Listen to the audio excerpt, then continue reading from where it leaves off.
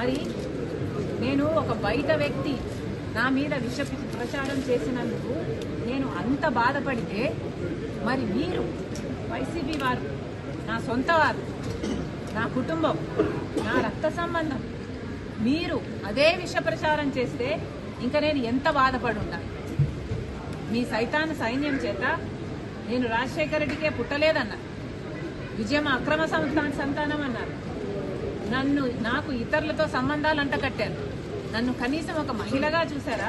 కనీసం ఒక తల్లనన్నా గుర్తుపెట్టుకున్నారా? ఎంత దూషించారు? అసలు రక్త సంబంధాల గురించి, అక్క చెల్లెల గురించి మీకేం తెలుసు?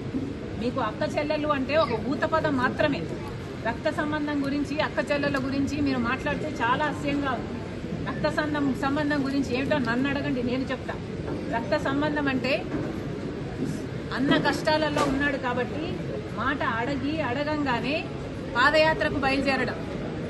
నా బిడ్డలను కాదనుకున్నా, నా భర్తను కాదనుకున్నా, ఒక్కటి కూడా ప్రతిఫలం ఆశించకుండా 3000 ఎన్నో కిలోమీటర్లు పాదయాత్ర చేసిన దాన్ని నేను, మండుటి ఎండలో.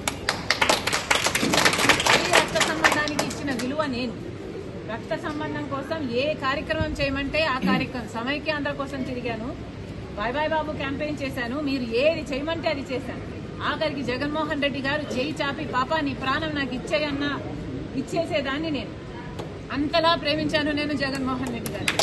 అది రక్త సంబంధం. ఇలా రక్త సంబంధం గురించి మాట్లాడేది సిగ్గుండాలి. అసలు ఏ రోజైతే మీరు తల్లిని చెల్లిని కాదనుకున్నారో, వేరు చేసుకున్నారో, ఆ రోజే మీరు మనుషుల కింద మీ జాబితాలోకి, మీరు మనిషి జాబితాలోకి రావడం మీరు మానేశారు. నిజానికి ఏ రోజైతే విజయమ్మ గారిని మీరు అవమానించారో, ఏ రోజైతే మీరు విజయమ్మ గారిని పార్టీ నుంచి వెళ్ళగొట్టారో, ఆ రోజే మీ పతనానికి నాంది, పతనానికి నాంది పలికింది ఆ రోజే. మళ్ళీ చెప్తున్నాం, మహిళలను గౌరవించడం నేర్చుకోండి.